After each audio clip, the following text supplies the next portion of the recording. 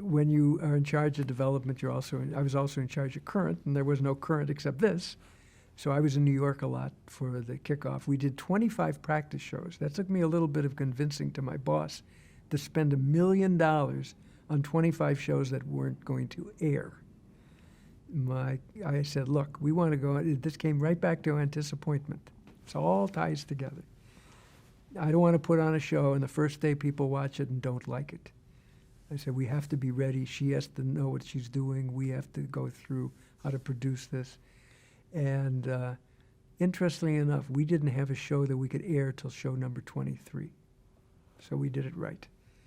And it worked out. She didn't know what questions to ask because she had never done this before.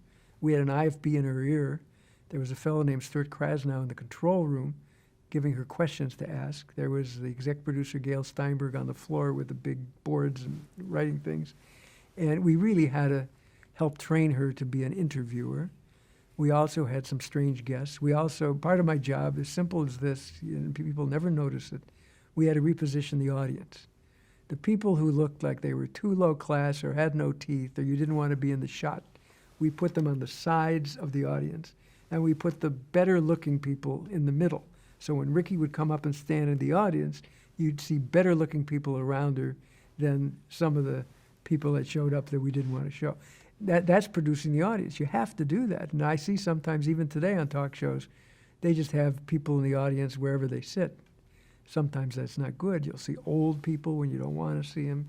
You know, you got to produce the whole thing. Everything has to be produced. The guests, the pre-interviews, everything else.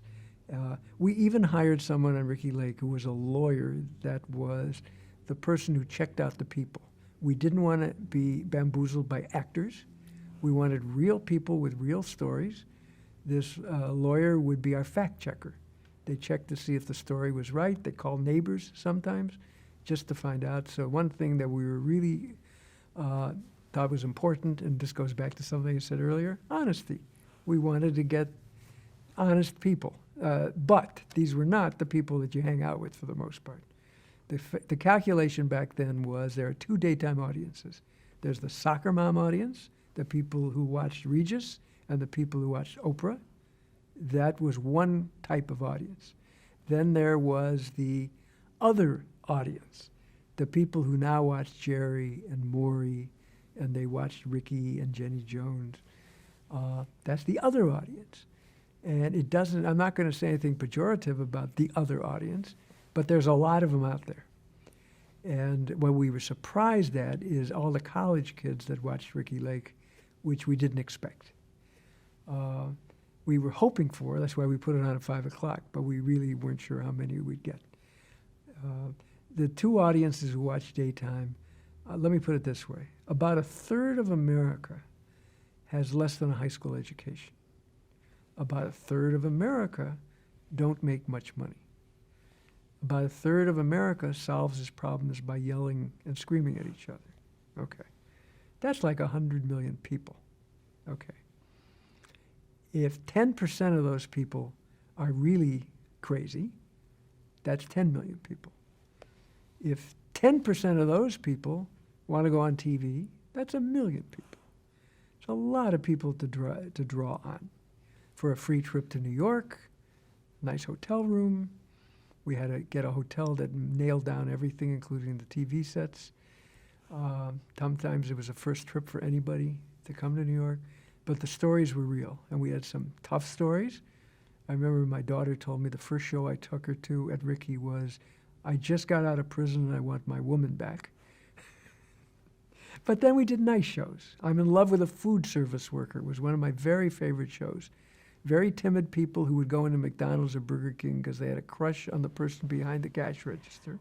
And we brought them out together to meet their crush, and sometimes they'd actually go on a date. And oh, I like him. I didn't know he liked me, kind of thing. And so they weren't all crazy shows. But I used to describe it when people said, how can you do that? I used to say, well, here's my favorite show.